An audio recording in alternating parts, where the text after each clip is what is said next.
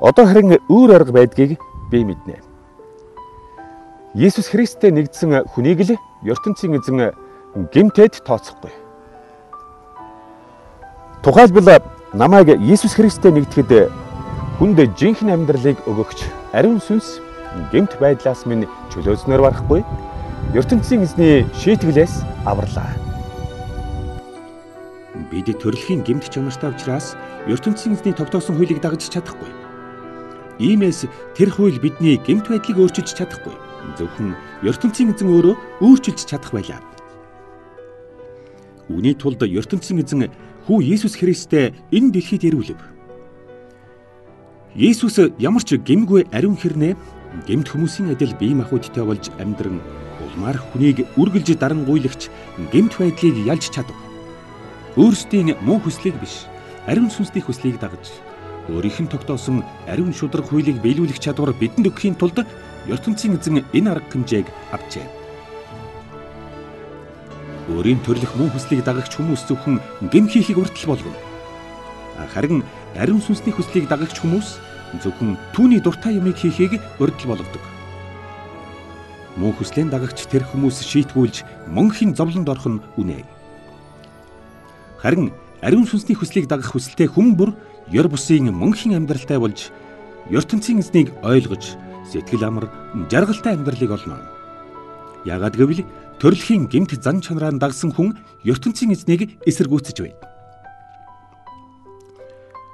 Тийм хүн түүний тогтоосон хуулийг дагах хүсэлгүй бөгөөд хүсвч үнэндээ дагаж чадахгүй. Тэгвэл ийм хүнийг ертөнцийн эзэн хизээч хүлээн зөвшөөрч чадахгүй. ертөнцийн эзнээс ариун сүнсийг хүлээн авсан цагтаа л та нар төрлөх муу хүслэн дагахгүй болно.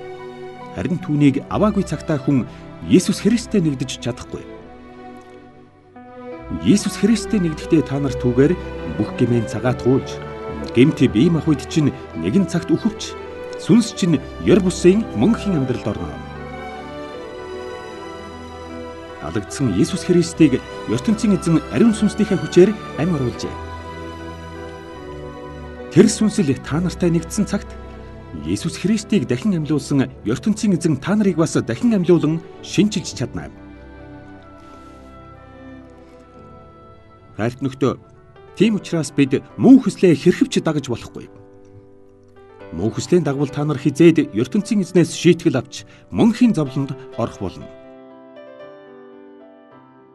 Харин ариун сүнсний хүчээр гэмт амьдралаа устгуулвал оронд нь ертөнцийн эзний өгөх монхийн жаргалтай амьдралыг авна. Ариун сүнсэнд захируулагч бүх хүн ертөнцийн эзний хүүхдүүд болдог билээ. Тэр ариун сүнс та нарыг боолчилж, ертөнцийн эзний шийтгэлээр үргэлж сүрдүүлэх зорилготой биш ээ.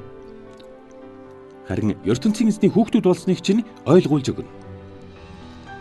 Иймээс тэр сүнсийг авсан бид ертөнцийн эзнийг аав гэж үнэн сэтгэлээсээ нэрлэж чадна. Ийхүү бид ертөнцийн эзний хүүхдүүд болсныг түүний ариун сүнснээс гадна бидний сэтгэл санаа бас гэрчилж өгдөг. Бид нэгэнт ертөнцийн эзний хүүхдүүд болсон учраас түүний ёр бусын өв хөрөнгө бүгд биднийх болно.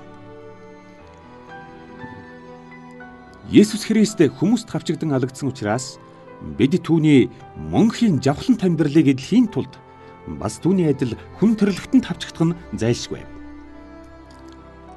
Тэгвэл Есүс Христийн өвлөж авах ертөнцийн эзний ёр бусын өв хөрөнгнөөс бид бас хуваалцнаа. Хожмын тэр сайхан амьдралынхаа тухай төсөөлөхөд одоогийн энэ хавчлага надад юу ч биш юм шиг санагддаг. ертөнцийн эзний хүүхдүүд нь тэр сайхан амьдралыг өвлөн авах цагийг түүний бүтээсэн орчлон ертөнц тэр чигээрээ хүсэн хүлээж байна. ертөнцийн эзэн орчлон ертөнцийн бүх юмыг он удах тутам доройтож муудах тавилантай болгожээ.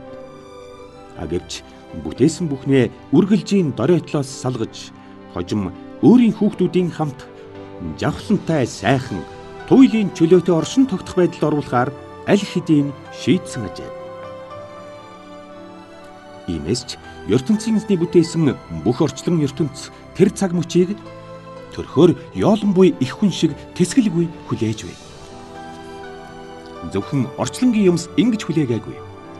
ертөнцийн эзэн биднийг үрчлэн авснаа харуулж, шинэ бие махбод эрх дураараа байдлыг өгөх тэр цагийг хүлээхдээ бид бас сэтгэлдээ яолж байна. Үүнийг бидэнд ойлгуулахын тулд ертөнцийн эзэн ариун сүнсээ өгсөн юм. Есүс Христ дэрж биднийг аврахдаа бат найдвар үлдээлээ.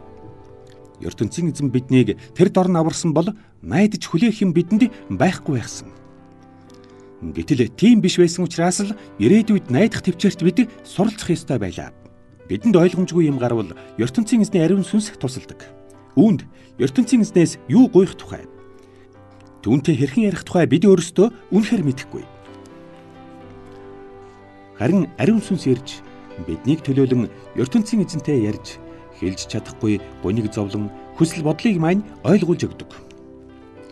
ертөнцийн эзний хүслийг мэддэг ариун сүнс биднийг төлөөлөн ийхүү түүнтэй ярьдаг учраас хэний ч бодол санааг андахгүй мэддэг ертөнцийн эзэн тэр ариун сүнсний зорилгыг бас сайн мэднэ.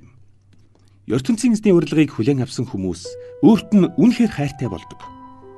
Тэдний амтсан ямар ч зовлон ертөнцийн эзний хүчээр эцтэй сайн сайхан үр дүнд хүрч чадна. Тэднийг өөрийн хүүхдүүд болгон тооцож, хүү Есүс Христээ тэдний дотор үүгэн болгохоор ертөнцийн эзэн шийдсэн билээ.